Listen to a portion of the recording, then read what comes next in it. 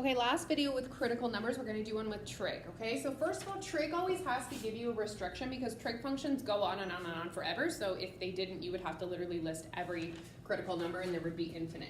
So again, whenever I'm asked me to find critical numbers, increase, decrease, max, min, the very first thing you're going to do is find the derivative and set it equal to 0. So 2 cos x minus 2 sine x.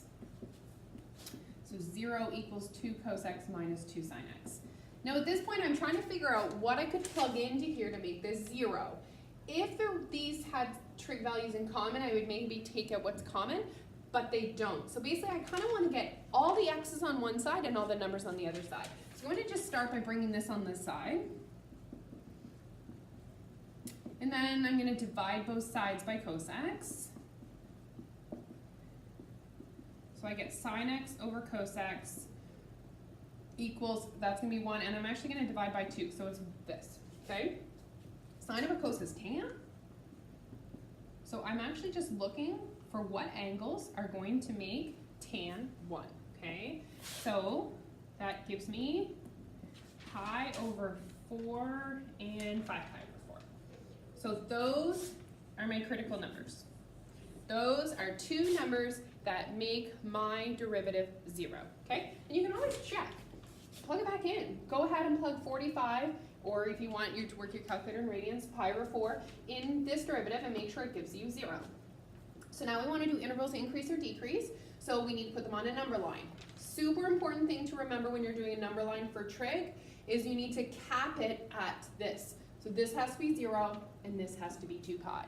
You can't pick something past 0 because it's not giving you the true information that you're looking for, because this graph repeats itself over and over, okay? So you make sure you have your endpoints, and that comes from the domain that was given to you in the question.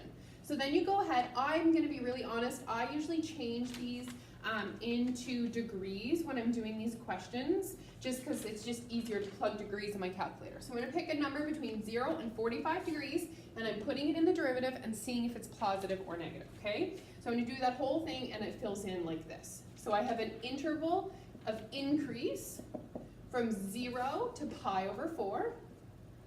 I think I should have a square bracket here. Just go with that.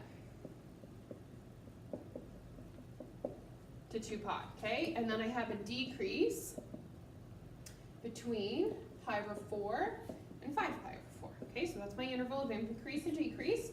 So if you remember, I have a max when I have a change from increase to decrease.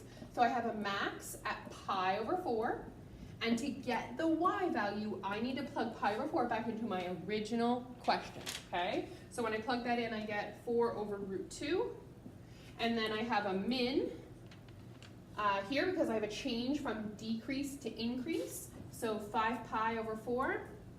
And I plug 5 pi over 4 back in my original equation when I'm getting my y, and I'm going to end up with minus 4 over root 2. Okay, so there you go. That's a question done. Critical numbers with trig. Good luck.